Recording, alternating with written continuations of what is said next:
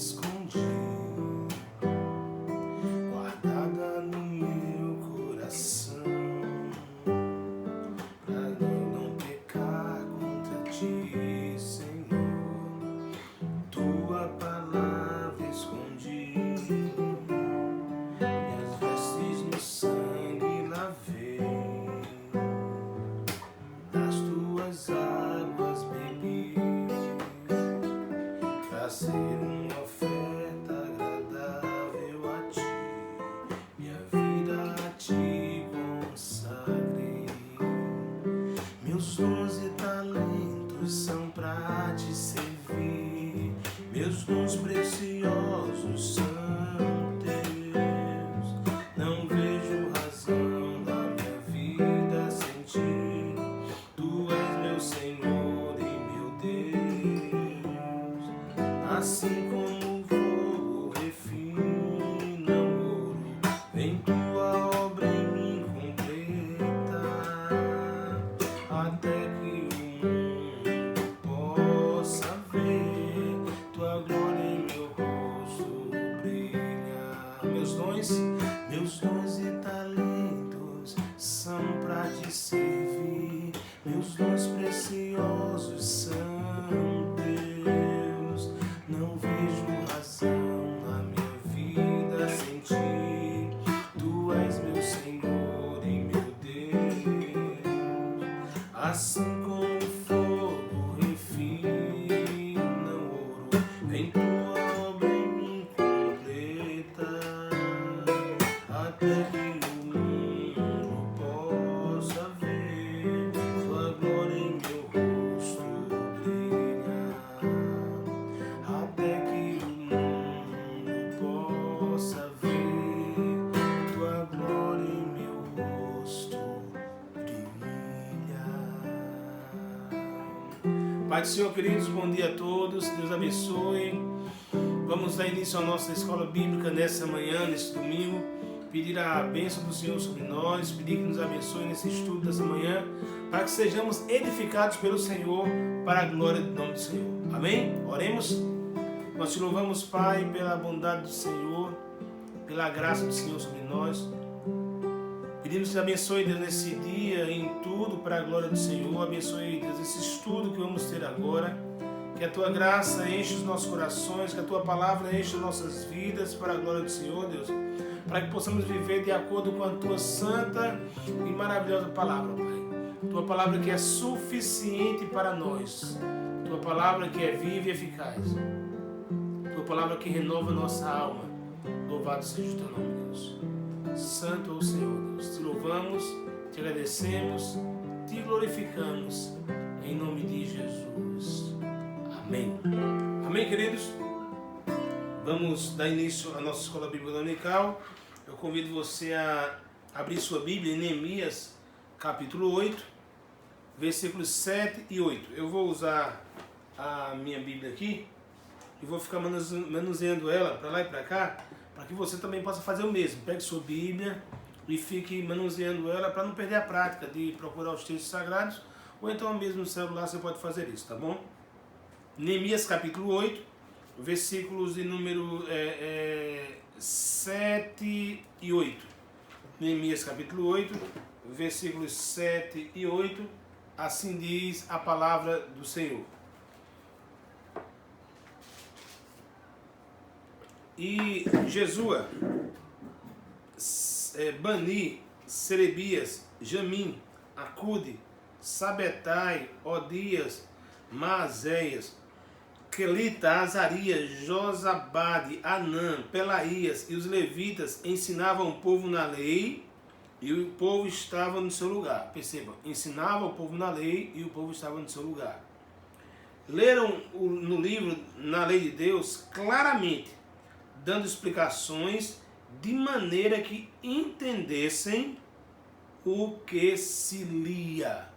Vou repetir.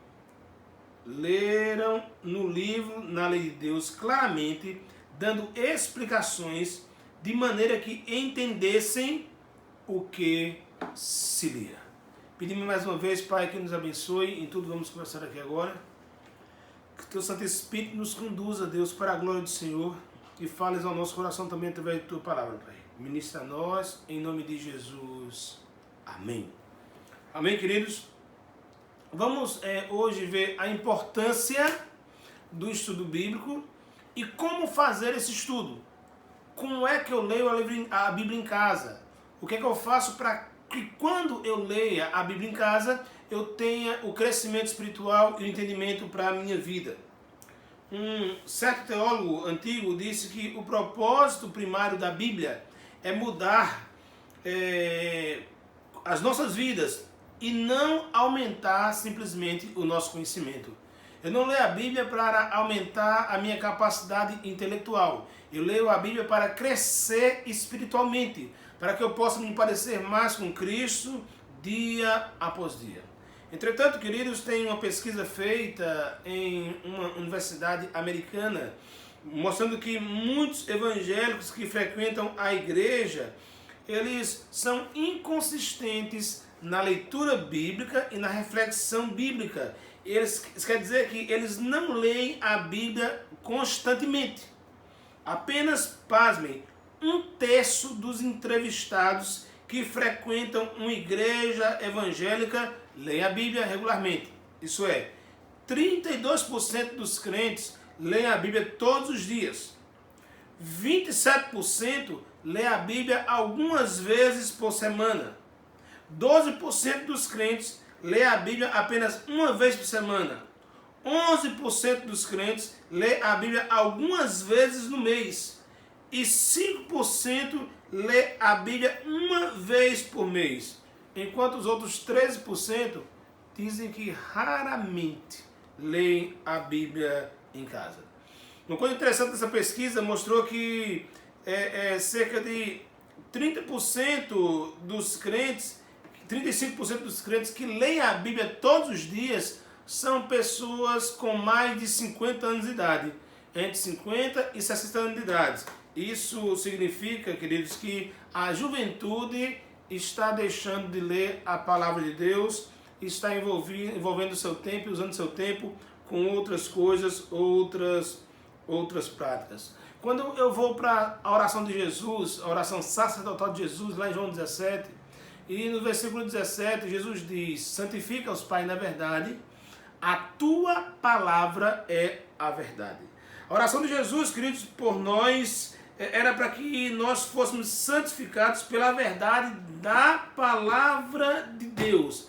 E se nós não temos o contato com a palavra, se nós não somos expostos a essa palavra todos os dias, nós perdemos um pouco da nossa santificação, perdemos a oportunidade de sermos purificados pelas Escrituras Sagradas.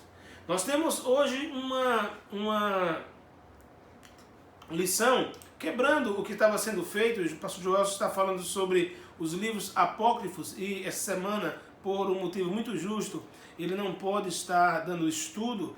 Então não quero falar sobre os apócrifos, mas vou falar sobre as Escrituras Sagradas, sobre a importância de ler a Bíblia, sobre a importância de fazer um estudo bíblico e algumas dicas práticas e rápidas de como você, em casa mesmo, extrair coisas do texto que talvez você não tenha ainda aprendido a fazer. Mas vai aprender hoje, em nome de Jesus, e com muita tranquilidade em casa vai poder fazer isso daí, ok? Então vamos tentar adquirir essa ferramenta para que você possa compreender qualquer estudo bíblico aí em sua casa, tirar dele direto aí das Escrituras Sagradas verdades para a sua vida. Temos que entender, queridos, nesse momento, que é muito importante para o crente ler a Bíblia e ter ela para você, porque a Bíblia é a revelação de Deus a nós. 90% da vontade de Deus está na Bíblia. Eu digo 100% porque tem algumas coisas que são de particularidade do crente. Por exemplo, eu devo sair de João Pessoa, eu devo ficar em João Pessoa. Eu devo casar com fulano ou não devo casar com ciclano. Eu devo trocar de emprego ou não devo trocar de emprego. Isso não vai estar na Bíblia. Aí vai do relacionamento do crente com Deus. E Deus fala com o crente, e aí nessa intimidade, nesse relacionamento pessoal com o Espírito Santo e com o Pai, se dá também a vontade de Deus. Veja só, queridos, ela é a revelação de Deus. É na Bíblia que nós temos todo o plano de Deus para a nossa vida. E a Bíblia faz coisas maravilhosas em nós. Abra comigo a Bíblia aí no Salmo de número 19. Salmo 19. Vamos ler os versículos, alguns versículos aqui, para que nós possamos entender o que a Bíblia faz em nós. Ok.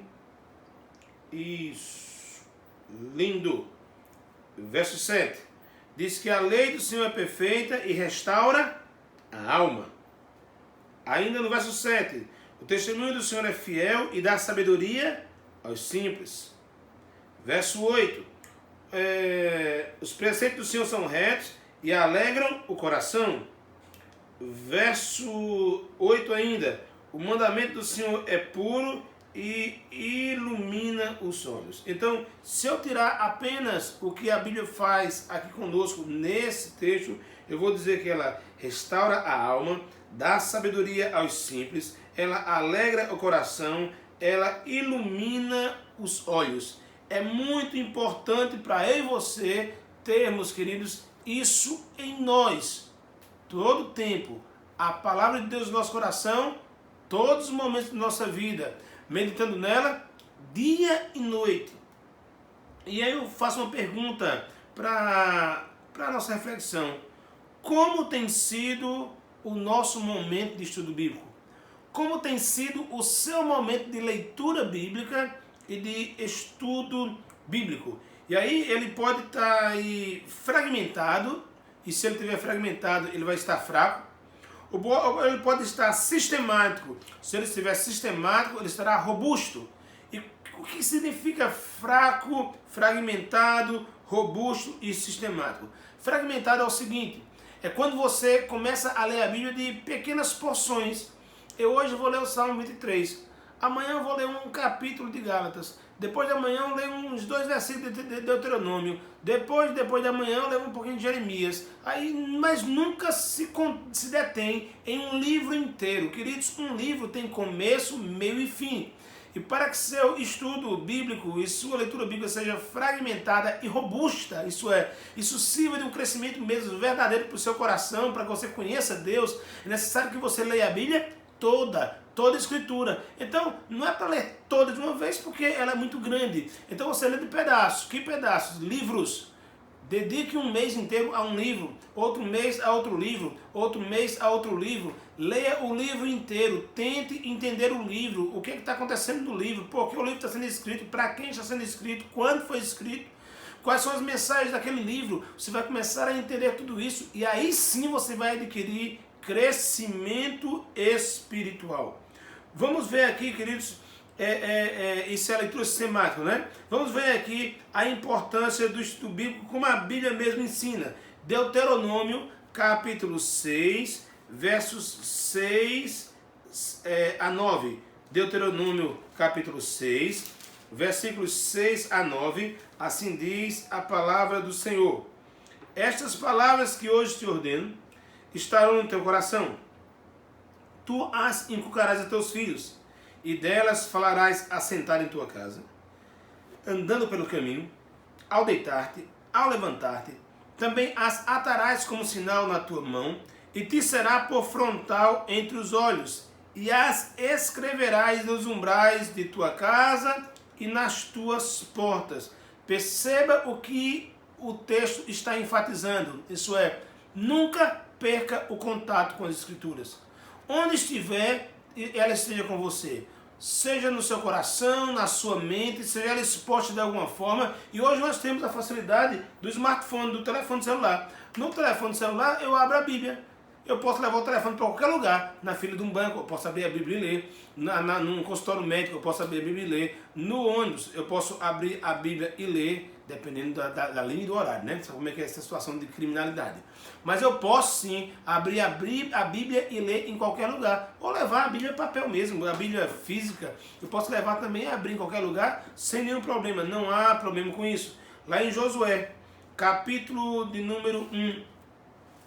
Josué, capítulo de número 1, versículos 3, depois 7, 8 e 9, o texto sagrado vai dar um conselho. Claro, é Deus falando com Josué como é que ele iria conduzir o seu povo e vencer as grandes lutas que o esperava nesses dias. No versículo 3, 1:3 diz: todo lugar que pisar a planta do vosso pé, tenho dado como eu prometi a Moisés. Isso é, promessa garantida de vitória e de conquistas.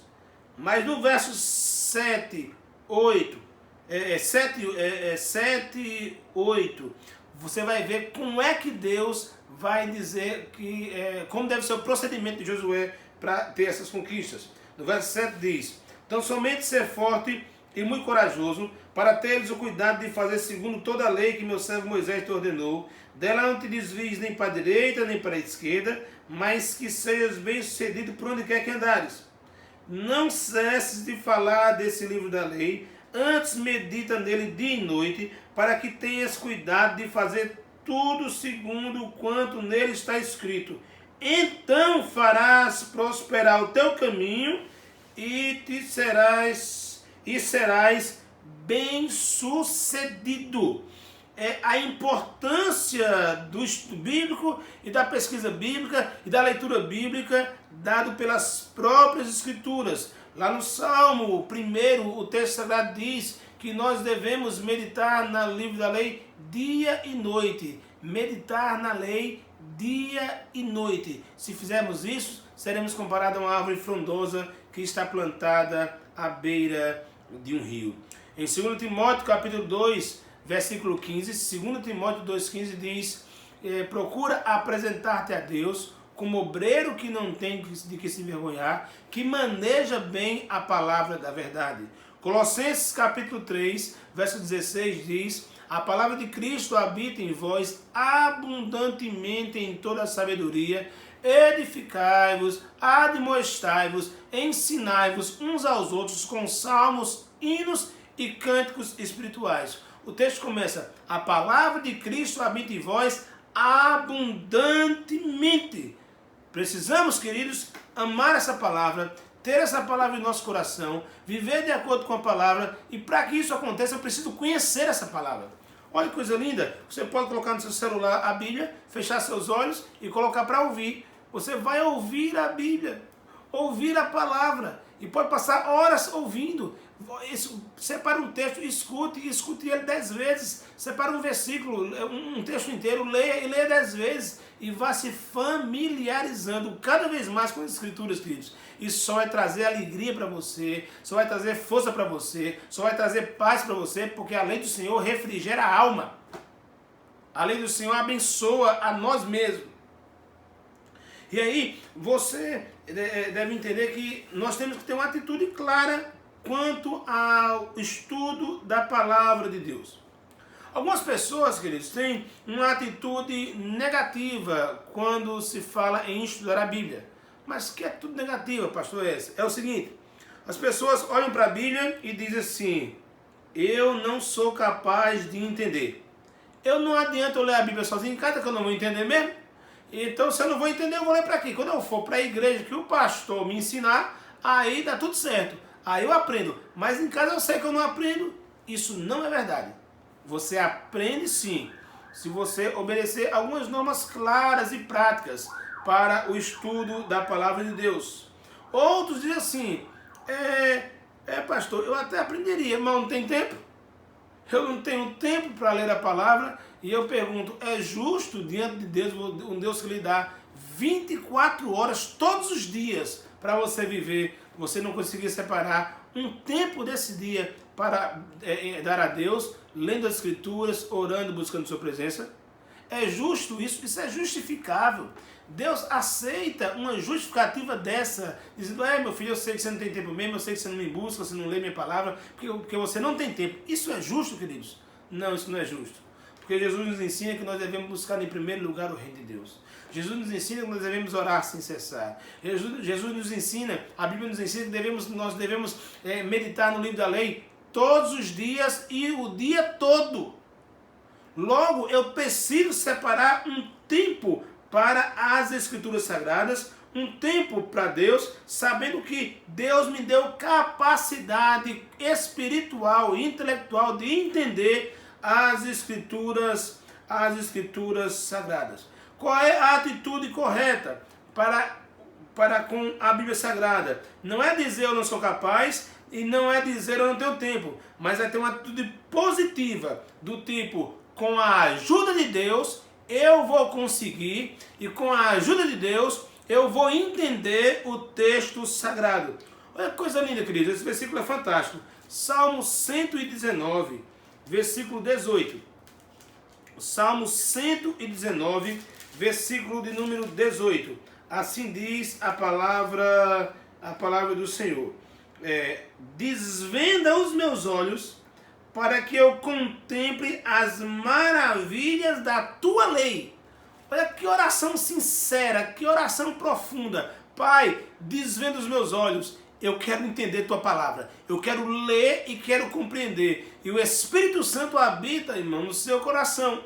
O Espírito Santo habita em você. O Senhor lhe deu sabedoria. O Espírito Santo lhe ensinará sim.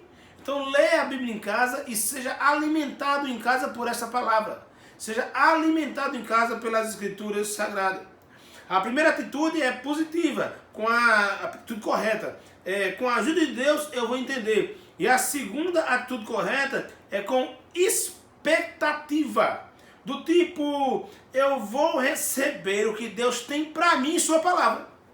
Que coisa maravilhosa, você começando a ler a Bíblia, e lendo a Bíblia toda, descobrindo verdades profundas e maravilhosas acerca das Escrituras Sagradas. Isso é maravilhoso. Lá em 1 Samuel, capítulo 3, versículo 10, Deus vai chamar aquele garotinho Samuel, e a resposta dele para Deus vai ser o seguinte: fala, Senhor, porque o teu servo ouve.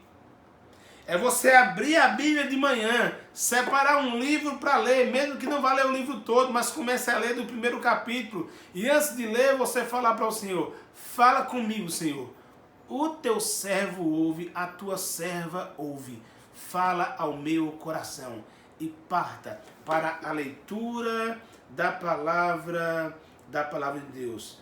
Para meditação, para estudo, para pesquisa, para um momento com Deus, queridos. Em nome de Jesus, entenda uma coisa: os grandes homens de Deus e as grandes mulheres de Deus da história, eles tinham uma coisa em comum.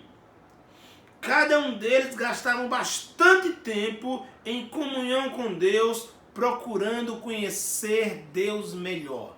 Os grandes homens de Deus, as grandes mulheres de Deus da Bíblia e da história tinham isso em comum.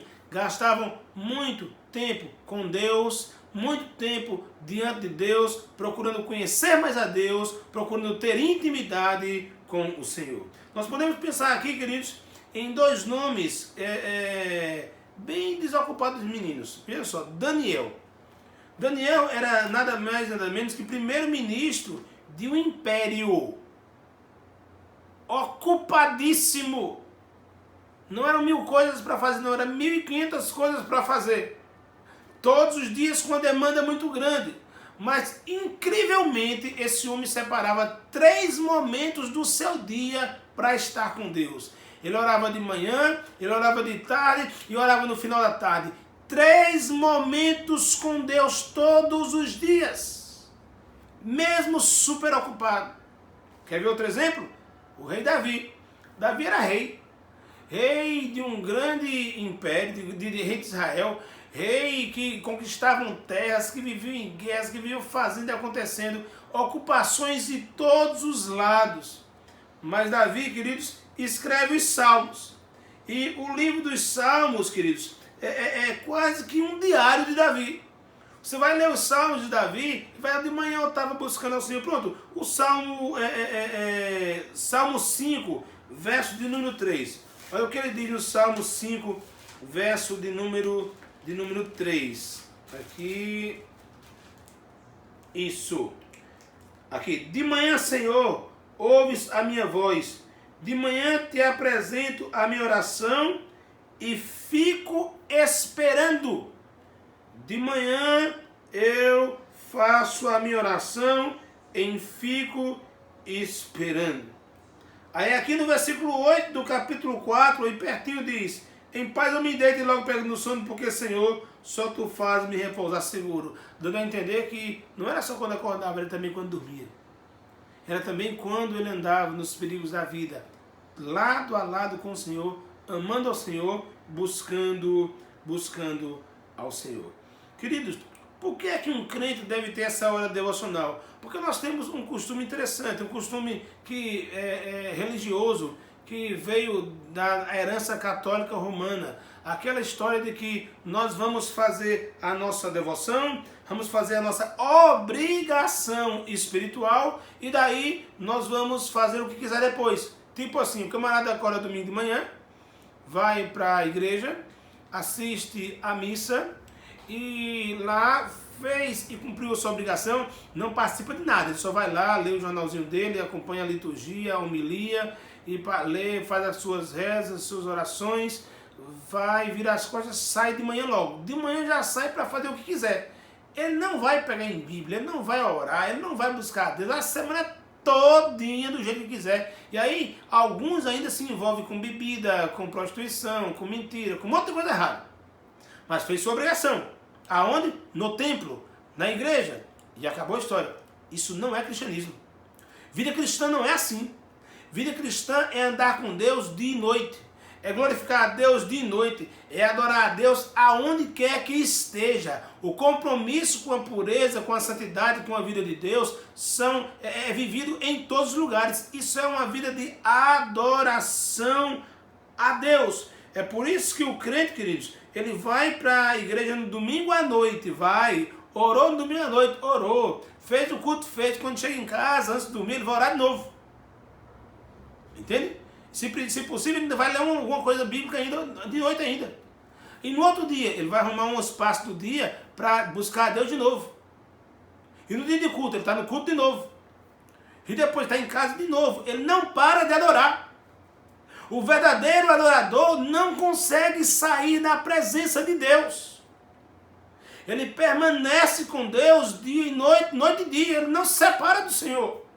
Ele é como Josué lá na tenda do tabernáculo de Moisés. Ele não se aparta da porta da tenda, porque a glória de Deus está lá. Então onde Deus está, ele quer estar junto. Entende uma coisa? Vou lhe dar algumas razões porque o crente deve ter a sua hora devocional. Primeira razão. Jesus, queridos, nosso grande professor, grande mestre, o professor dos professores, nos deixou o exemplo. Lá em Marcos capítulo 1. Marcos capítulo 1, versículo número 35. Diz assim: levantando-se pela manhã muito cedo, fazendo ainda escuro, saiu e foi para um lugar deserto e ali orava. Em Mateus capítulo 6, versículo de número 6, e aqui esse texto eu vou ler aqui na minha Bíblia. Mateus capítulo 6, versículo de número 6, o texto sagrado diz o seguinte: tu, porém, quando orares, entra no teu quarto e, fechada a porta, orarás a teu pai que está em secreto, e teu pai que vem em secreto te recompensará. Perceba só, Jesus não somente tinha a sua hora quieta com Deus, mas aconselhou os seus discípulos a fazerem exatamente o mesmo, ter a sua hora quieta com Deus, o seu a sós com Deus, o seu momento devocional, onde o crente e Deus vão ter um relacionamento de intimidade. Segunda razão porque o crente deve ter sua hora devocional. Porque, querido, sua vida tem devocional tem um efeito direto sobre tudo que ele faz. Lá em Mateus capítulo 4, versículo de número 4, está aqui em Mateus, só vai voltar duas páginas aqui, 4, Jesus respondendo disse: está escrito, não só de pão viverá o homem, mas de toda palavra que procede da boca de Deus. Não só de pão. É lógico que o homem tem que comer para sobreviver. É lógico que ele tem que trabalhar para ganhar o pão, para comer e sobreviver. Mas não só de pão viverá o homem. Ele viverá sim de toda palavra que sai da boca de Deus. Escuta uma coisa.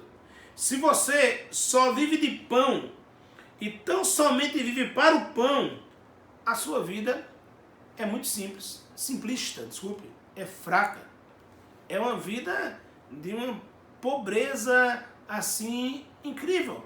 E o apóstolo Paulo vai dizer isso com muita clareza: se nós esperarmos Cristo apenas para esse mundo terreno, vivemos apenas para esse mundo terreno, nós somos os mais infelizes de todos os homens. Ora, entenda uma coisa: a sua vida, ela precisa ser mais do que pão, ser mais do que um dia a mais de trabalho. A sua vida precisa ser mais do que um salário no final do mês. A sua vida precisa ser muito mais do que isso. Sem essa devoção diária, sem esse alimento da palavra, sem esse alimento da presença de Deus, a vida do crente não vai ter aquela autoridade que deve caracterizar o homem e a mulher de Deus. Nós precisamos dessa autoridade, precisamos dessa graça, dessa unção que é buscada em Deus, que é buscada em sua palavra, nesse momento devocional. Terceira razão, porque o crente deve ter a sua hora devocional. Terceira, porque, queridos, nós sabemos que a vida espiritual do crente depende da leitura bíblica, da comunhão com o Senhor e da oração. Ora, sem oração não dá para viver. Oração é falar com Deus. Nenhuma vida espiritual se sustenta sem oração. Ora, mas como é que eu vou orar se eu não sei como orar? A Bíblia ensina. É um elo de uma corrente que não se rompe a hora nenhuma. É oração, é leitura bíblica, é comunhão com Deus. A comunhão com Deus me leva à oração. A comunhão com Deus me leva à leitura bíblica. Agora, o que é que me tira da comunhão com Deus? O pecado. O pecado me tira da comunhão com Deus, o pecado me tira da leitura bíblica, o pecado me tira da oração. Se você não é um crente que está sem ter uma vida de oração, sem ter uma vida de leitura bíblica, tem algum pecado na vida dele que está atrapalhando isso. Está atrapalhando o relacionamento. Porque se eu ou você nos relacionamos com o Espírito Santo diretamente, o Espírito Santo vai nos impulsionar a uma vida de leitura das Escrituras, uma vida de busca de intimidade, uma vida de oração, para que nós tenhamos o gozo na alma de ter Jesus perto de nós, de ter Jesus em nós, de ter o Emanuel, que é o Deus conosco, andando todos os dias conosco, para nos garantir que aonde pisarmos nossos pés, Ele nos dará por herança para a glória do nome do Senhor. Entenda uma coisa, queridos? Não existe nada melhor do que a hora devocional para aquietar o coração do crente, para aquietar a alma do crente diante do Senhor. Lembra do Salmo 46:10? Em meio a cataclismas, em meio a terremotos, maremotos, aí Deus fala para a gente: aquietai-vos e sabei que eu sou Deus, o exaltado entre as nações, o exaltado sobre a terra. Lembre-se, Ele está conosco, o Senhor dos exércitos. O Deus de Jacó é o nosso refúgio, então aquiete-se. E o momento de oração, de devoção, aquieta sim a alma do crente. Tudo bem, você decidiu agora, entende que a Bíblia precisa ser lida, precisa ser pesquisada, você entende que precisa separar um momento do dia para isso, é o seu momento devocional. E agora, como fazer a sua hora devocional? Algumas coisas práticas também, eu quero que os irmãos entendam aqui. Primeira coisa, decida agora mesmo, se possível, quando e aonde vai ser feito. Quando é? Todos os dias. Aonde vai ser feito? No seu quarto, na hora do almoço lá no seu trabalho, de noite quando você voltar antes de dormir. Qual hora que você vai dedicar ao Senhor para esse encontro diário? Mas pastor, já olhei meu horário, está todo ocupado, tem hora não. Então se tem problema, querido, durma menos. Acorde mais cedo. Sacrifique meia hora por dia do seu sono. Vale a pena. O que não vale a pena é ficar longe de Deus. Longe desse momento devocional. Ele não vale, não. Primeiro lugar é o reino de Deus. As outras coisas, Deus acrescenta. Inclusive, há o vigor físico de meia hora de sono, entre aspas, perdido. Que não é perdido se você vai dedicá-lo a Deus. Segunda coisa, comece seu momento devocional com oração. Como lemos no Salmo 119.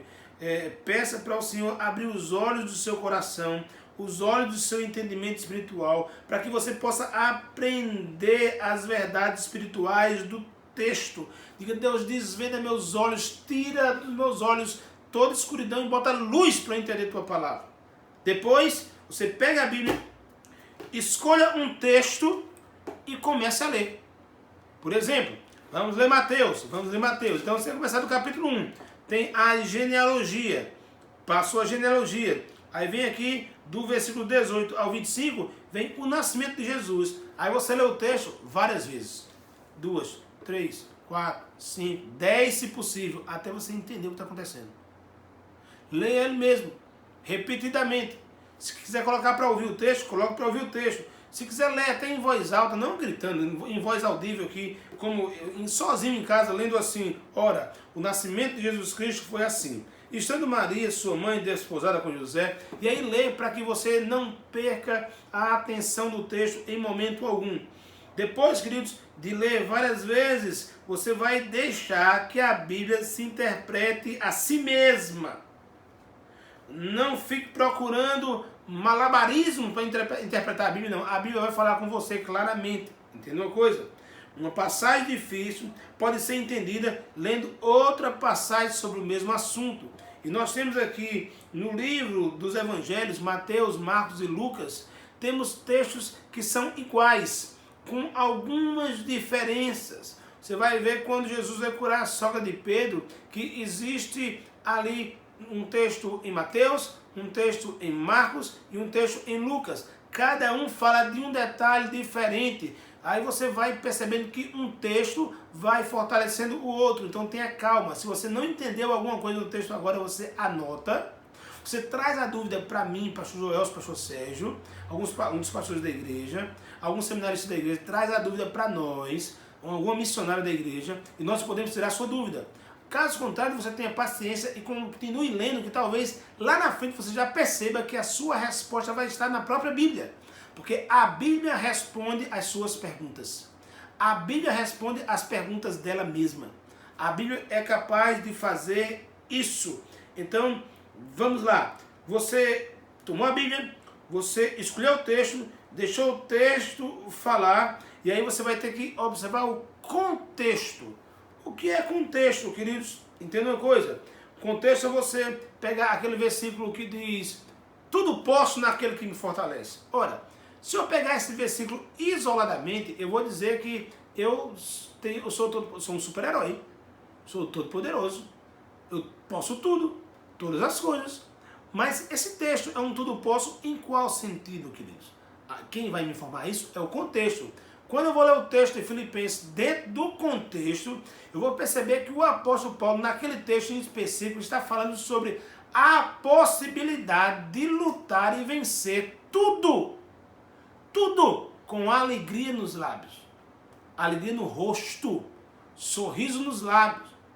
Eu posso tudo, eu sei estar em necessidade, eu sei passar fome, eu sei não ter o que vestir, eu sei disso tudo, mas no texto também diz: eu sei o que é ter em abundância e ter em fartura, e eu sei o que é estar feliz nessa situação da fartura, e também sei o que é estar feliz na situação da escassez. E ele diz agora: eu posso é tudo naquele que me fortalece.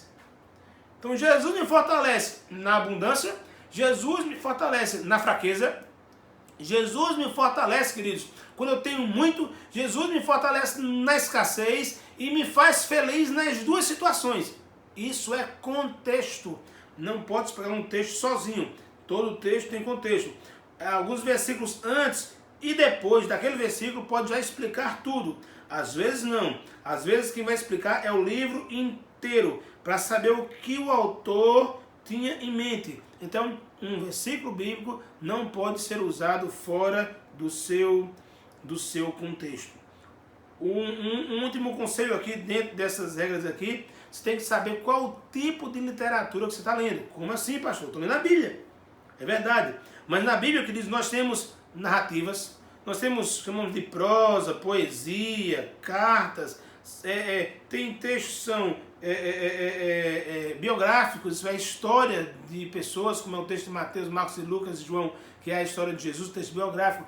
Tem o texto histórico, narrativo, que é Atos dos Apóstolos, que informa o que aconteceu, como outros textos também do Velho Testamento são apenas textos narrativos, traz verdades de Deus, traz ensinamentos de Deus, que precisam ser fortalecidos com outros textos bíblicos. Então, cuidado, você não pode interpretar uma parábola, que é um sentido figurado, como se fosse algo literal. Tipo a parábola do semeador que pegou a sua semente, saiu, veio o passarinho, comeu, chegou a sua semente, saiu, nasceu entre os espinhos sufocaram, levou a semente caiu no solo pedregoso, quando cresceu não tinha raiz para onde crescer, morreu logo. Aquilo ali é uma parábola, ele está contando uma história com um fundo de verdade. Aí depois ele mesmo, o próprio Jesus, nessa parábola do semeador, vai explicar para os discípulos que o passarinho era o diabo, que os espinhos era o mundo, que a pedra na rocha lá era o emocionalismo. Ele vai mostrar o que era cada coisa, então temos que ter o cuidado de perceber apenas isso. Outra coisa, sempre procure responder algumas questões, perguntas ao texto. Eu vou ler o texto sagrado, tá? Eu li o texto. A pergunta que eu tenho que fazer: quem escreveu esse texto? Eu tenho que perguntar quem foi que escreveu isso daqui. Eu estou aqui lendo Mateus, então o que escreveu foi Mateus. Quem era Mateus? Mateus, um discípulo de Jesus, está resolvido. Escreveu quando? Quando andava com Jesus. Quando andava, não. Escreveu depois. Anos depois. E aí, onde foi que ele escreveu? Escreveu na Galileia. Estava na Galileia e escreveu. Tá bom. Ele escreveu para quem? Ele escreveu para os crentes. E no caso de Mateus, para os crentes que eram advindos, queridos, do judaísmo. É por isso que você vai encontrar em Mateus, durante várias vezes, mais de 72 vezes, o texto dizendo como está escrito, como disse o profeta, como disse as escrituras. Várias e várias e várias vezes vai escutar isso. Porque ele tinha que mostrar para os judeus que o que Jesus tinha feito era exatamente o que as escrituras tinham dito. Você não vai encontrar isso em João. João não está escrevendo o livro de João, que é a mesma história de Jesus, para judeus. Já escreve para um outro público. E daí você tem que se perguntar isso para o texto. Quem escreveu, quando escreveu, onde escreveu, para quem escreveu e por que escreveu. E daí, diante disso tudo, você vai perguntar: como esse texto pode ser aplicado na minha vida? Mas, seu pastor, isso é um trabalho tão grande. É um trabalho sim, mas que trabalho maravilhoso, queridos. Se debruçar nas escrituras, procurar conhecimento da Bíblia, procurar ler a palavra de Deus, não tenha pressa. Em nome de Jesus, lembre-se que o objetivo não é acabar a leitura, mas é entender o que você leu. Não, pastor, eu tenho que ler 5 capítulos por dia, que eu vou ler a Bíblia todo esse ano. Glória a Deus, leia! Leia os 5 capítulos, leia, pronto, leia, acabou. Bênção do céu, continue assim. Mas lembre-se, separe agora um tempo para entender o que você leu. Entender o que você leu. Para que você possa continuar lendo com muita avidez, com muita alegria. Você pode ter a sua leitura aí, como você está fazendo, dos 5 capítulos por dia, e continuar lendo assim. E todo dia separar um outro momento para ler apenas alguns versículos, um capítulo só, meio capítulo que seja, mas nesse meio capítulo, nesse tema, você parar, se debruçar e aprender um pouco mais da palavra do Senhor. Entenda uma coisa, o objetivo não é acabar a leitura, mas entender o que se leu. Se não entendeu, releia, em nome de Jesus. Adote um modelo sistemático de leitura. O que é modelo sistemático? Aquilo que eu disse para você no começo. Você começa a ler o livro do começo. Eu vou ler os salmos. Então não é você vai pegar o Salmo 23 hoje, o 91 amanhã, 95 depois da manhã. Vai ler o Salmo 20 depois da manhã, o Salmo 46 do dia. Não. Você vai ler o Salmo 1, 2, 3, 4, 5, 6, até o 150 do começo ao fim. Em nome de Jesus. Lembrando que você sempre vai usar o Novo Testamento para entender o Antigo Testamento, viu? O Antigo Testamento tem muitas coisas que ficaram na lei, não é para nós mais hoje. Alguns mandamentos, sim. Algumas coisas da lei, sim. Para nós hoje, sim. Mas quais? O Novo Testamento vai dizer quais são. Algumas leis cerimoniais não fazem parte mais do nosso convívio. Estamos na graça de Jesus. É muito diferente. Não sacrifico mais animal, por exemplo. Não faço mais isso. De jeito nenhum. Jesus já é o nosso sacrifício. Ele já morreu por nós. Quero concluir, queridos. Concluir esse estudo da seguinte forma. Pega um texto sagrado e começa a ler. Por exemplo, deixa eu ver um texto aqui muito tranquilo e muito lindo. Deixa eu ver aqui, deixa eu me lembrar desse texto. Lucas aqui. Veio na mente agora, queridos, um texto, fazer o texto, mas eu quero fazer o texto aqui vou achar. Tá aqui, eu acho com toda certeza. Achei. Aqui, Lucas 10, né? Versos de número 38 ao 42, que é a história de Marta e Maria. E Jesus na casa dela. Diz assim: indo eles de caminho, entrou Jesus no povoado, e certa mulher chamada Marta hospedou em sua casa. Tinha ela uma irmã chamada Maria. Ela se quedava sentada aos pés do Senhor, a ouvir-lhes os ensinamentos. Marta agitava-se de um lado para o outro, ocupada em muitos serviços. Então se aproximou de Jesus e disse: Senhor, não te importas que minha irmã tenha deixado que eu fique a servir sozinha? Ordena-lhe que venha ajudar-me. Respondeu o Senhor: Marta, Marta, andas inquieta e te preocupas com muitas coisas. Entretanto, pouco é necessário, ou mesmo uma só coisa. Maria, pois, escolheu a boa parte, e esta não lhe será tirada. Vamos fazer as perguntas desse texto, aquelas perguntas que aprendemos agora há pouco. Quem escreveu isso aqui? Lucas, o médico amado. Quando escreveu? Anos depois. Onde escreveu? Na região ali de Jerusalém. Para quem escreveu? Mais uma vez, para a igreja que estava plantada ali naqueles povos. Por que escreveu? Para trazer esclarecimento muito claro. No texto de Lucas, capítulo 1, você vai ver ele destinando essa carta ao excelentíssimo Teófilo, capítulo 1, versículo 3. E serve aqui para toda a igreja. E como esse texto pode ser aplicado na minha vida, vai ser aplicado assim. Olha o que acontece aqui. Faça algumas perguntas ao texto, eu vou terminar com isso. Faça essas perguntas ao texto. Primeiro, há um exemplo a seguir aqui no texto? Ah, sim. Qual o exemplo de quem? De Maria, que escolheu a boa parte e preferiu agora estar com Jesus. Há um pecado a abandonar? Ah, sim, o pecado de Marta, o pecado do ativismo. Jesus perto, ela não dedica tempo a Jesus. Há uma ordem a obedecer? Há uma ordem sim. Jesus disse: olha Maria, para com essa inquietação e vem para cá, porque tem paz aos meus pés. Há alguma promessa a tomar posse nesse momento?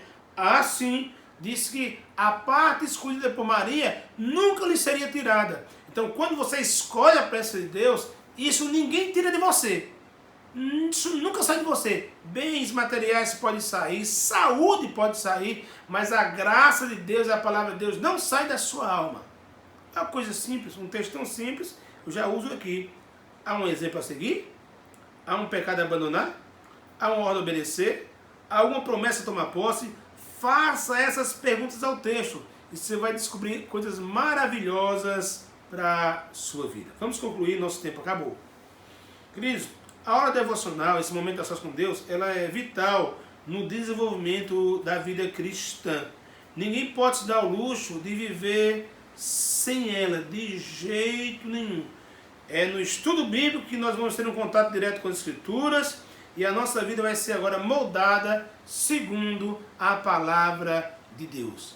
Não se esqueça, leia a palavra, estude a palavra, busque Deus nas Escrituras e você vai encontrá-lo.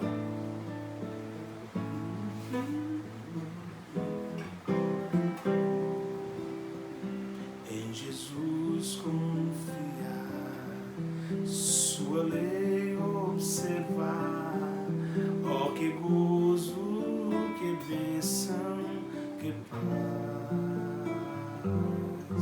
satisfeitos guardar tudo quanto alegria perene nos traz. Crer e observar tudo quanto ordenar, o fiel obedece ao que Cristo manda. Glória a Deus, queridos. Vamos glorificar a Deus por mais um dia e vamos pedir que Deus nos abençoe em tudo. E lembre-se que logo mais, às 18 horas, temos aí o nosso culto, não é?